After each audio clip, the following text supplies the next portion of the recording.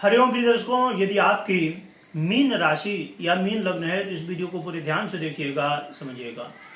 इस वीडियो में हम जो ग्रह स्थिति को समझने जा रहे हैं, ये बड़ी महत्वपूर्ण स्थिति है और 25 अगस्त से लेके 30 अगस्त का ये समय रहने वाला है, जिस समय ये परिवर्तन होगा। और हम जो चर्चा कर रहे हैं ये चंद्रमा की कर रहे हैं, परंतु चंद्रमा का नाम सुन के आप सोच रहे होंगे कि अरे चंद्रमा का परिवर्तन तो 2.25 दिन में होता रहता है, तो क्या होने वाला है। प्रिय दर्शकों, एक क्षण ही हमारे जीवन में बड़ा महत्वपूर्ण होता है, हमारे जीवन में बहुत कुछ चेंज करने के लिए। सोचिए, वो कोरोना का काल जो कि व्यक्ति के लिए एक एक क्षण बड़ा महत्वपूर्ण था।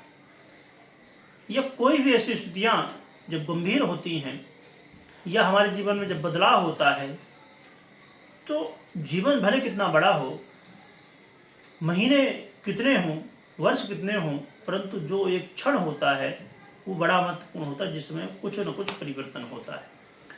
परिवर्तन से ही परिवर्तन आता है। तो प्रिय दर्शकों, चंद्रमा का ये जो परिवर्तन है ये बेहद समझने की स्थिति है, क्योंकि चंद्रमा का ये जो परिवर्तन है 25 अगस्त को होने जा रहा है, ये वृषभ राशि शुक्र की राशि पर होने जा रहा है। और यहाँ पर चंद्रमा बड़े बली होते हैं, यानी कि उच्च अवस्था में होते हैं। और चंद्रमा का ये जो परिवर्तन है तो देखा जाए तो 25 को 10:30 बजे होगा और 25, 26, 27, 28 को सुबह तक रहेगा वृषभ राशि में, और फिर वृषभ राशि से पुनः परिवर्तन होगा और मिथुन राशि में चंद्रमा चले जाएंगे, जो कि 28, 29 और 30 तारीख को मध्याह्न काल या सुबह आप ले लीजिए 11:30 बजे जो है तो पुनः से परिवर्तन होगा। यानी कि इसीलिए 30 तारीख को 11:30 बजे तक ये जो प्रभाव है मिलेगा। अब आइए समझते हैं कि प्रभाव क्या मिलेगा।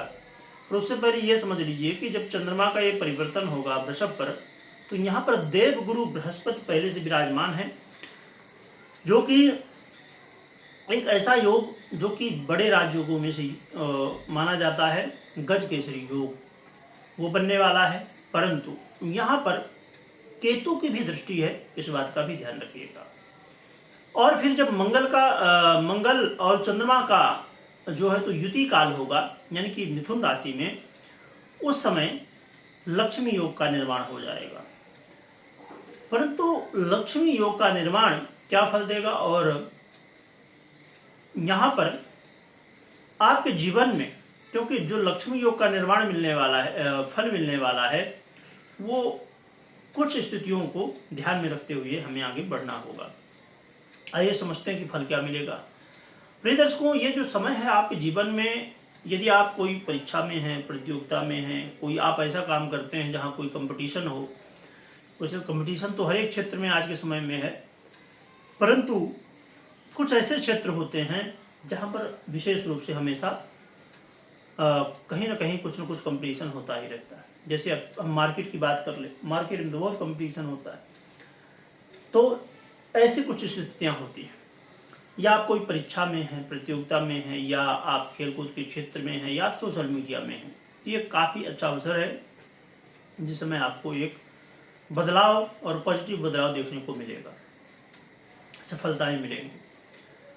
परंतु इस समय इस बात का विशेष रूप से ध्यान रखना है। वैसे भी केतु की जो दृष्टि है तो उसको भी ध्यान में यदि हम रखें तो आपको जल्दी में कुछ भी नहीं करना है, सोच समझ के प्लानिंग करके ही आगे बढ़ना चाहिए।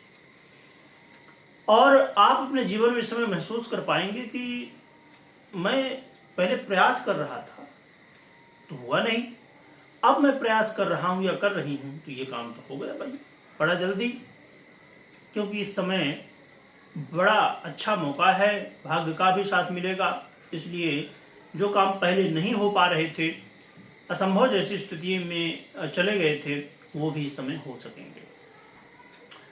परंतु अवसर बहुत कम है, इसलिए आपको ध्यान में भी रखना चाहिए कि कितना समय है हमारे पास। और जैसे ही मिथुन में चंद्रमा जाएंगे तो आपके जीवन में आप एक चीज महसूस कर पाएंगे कि हाँ, मैंने जो अर्जन किया है, ये जो संसारिक चीजें हैं, इनका सुख मैं अब भोग कर रहा हूँ। चाहे घर हो, गाड़ी हो, बंगला हो, लग्जरी हो, कुछ भी हो, है ना, तो आप अपने जीवन में इसमें सुख महसूस कर पाएंगे।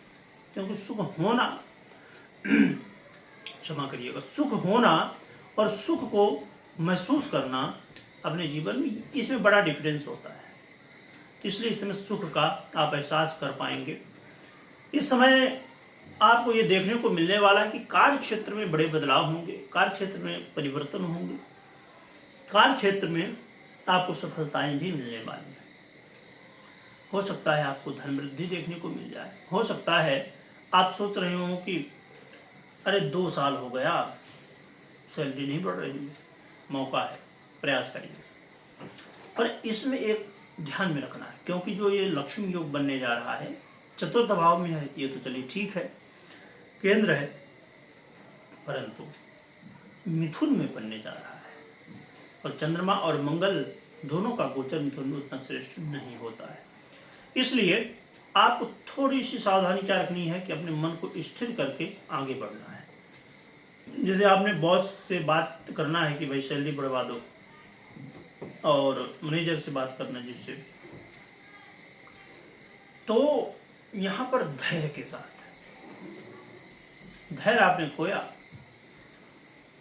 कि गड़बड़ हो गया, मतलब प्लानिंग फेल हो जाएगी। इसलिए आपको धैर्य के साथ आगे बढ़ना, जो कि अवसर बहुत अच्छा है। आप यदि गलती खुद नहीं करते हैं तो फिर यहाँ पर अवसर बहुत बढ़िया है।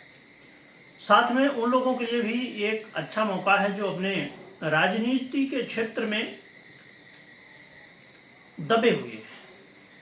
देखिए 2 तरह के यहाँ पर नेता होते तो बहुत तरह के हैं, पर मुख्य रूप से एक नेता होता है जिसका जिस भी पार्टी में हो उसका एक रुतबा होता है, एक नाम होता है, और बहुत सारे लोग तो उसी व्यक्ति के वजह से, उसी नेता की वजह से उस पार्टी को जानते हैं, यानी कि एक इमेज बन जाती है।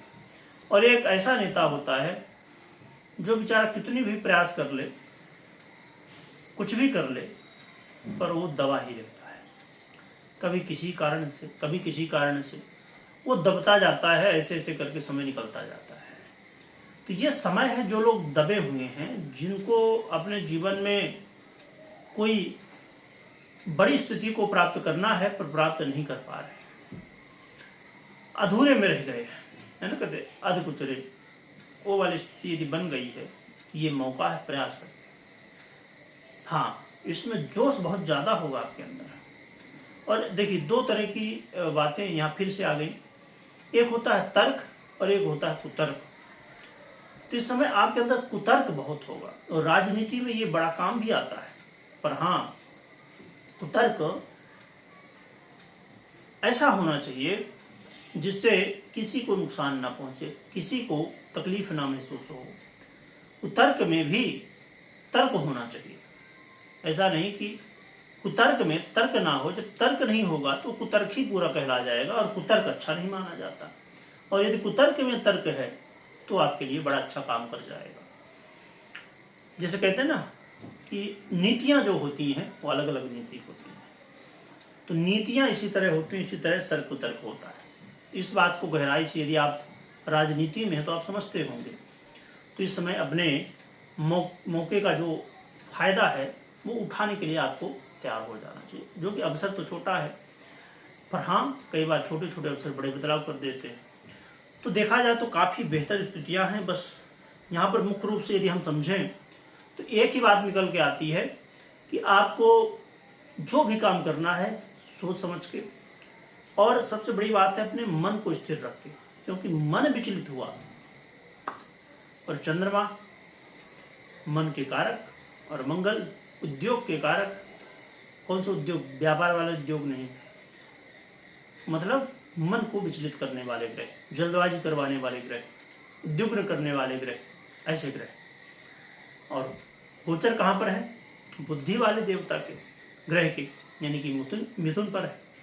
इसलिए समझिए कि ये तीनों तार बिल्कुल छोटा सा, कहते हैं ना किसी के व्यक्ति के अंदर अहंकार और गर्भ में बहुत छोटी सी लाइन होती है, उसको समझना होगा।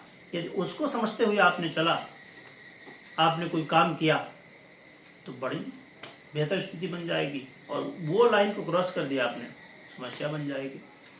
तो इस गहराई के साथ आगे बढ़ना होगा।